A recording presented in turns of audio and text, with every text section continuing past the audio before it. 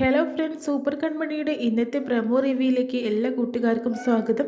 അങ്ങനെ കൺമണിയുടെ കഴുത്തിൽ നിന്ന് മണിയൻ ആ താലിമാല പൊടിച്ചെടുക്കുന്നുണ്ട് കേട്ടോ.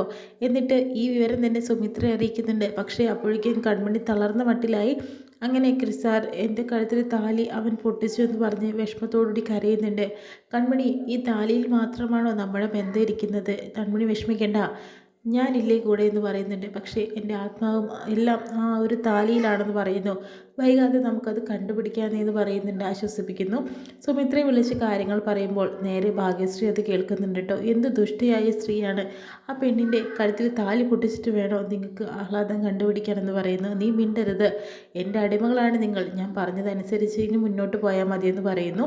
അതിനുശേഷത്തിൻ്റെ മാനസയെ വിളിച്ചിട്ട് ഈ സന്തോഷ വാർത്ത, അതായത് അവരുടെ സന്തോഷ വാർത്ത അവർ വിളിച്ച് പറയുന്നുണ്ട് കേട്ടോ. അങ്ങനെ അവളുടെ കഴുത്തിൽ ഇന്നെ താലിയില്ല എന്ന് പറയുന്നുണ്ട്. എനിക്ക് ഒരുപാട് സന്തോഷമായി, ഇനി ഞാൻ വിചാരിച്ച പോലെ കാര്യങ്ങൾ നടക്കുമെന്ന് പറയുന്നു. ആ സമയത്ത് തന്നെ കരീം സാഹിബ് അങ്ങോട്ട് വരുന്നുണ്ട്. ഈ പ്രശ്നം അറിയുമ്പോൾ അവൻ ഇന്ന് തന്നെ കൈകാര്യം ചെയ്യാമെന്ന് പറയുന്നുണ്ട്.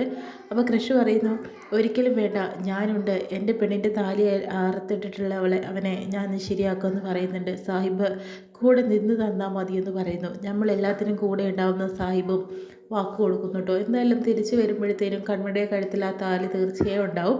ഇത്രയും കാണിച്ചുകൊണ്ട് ഇന്നത്തെ പ്രമോ കഴിയുന്നത്.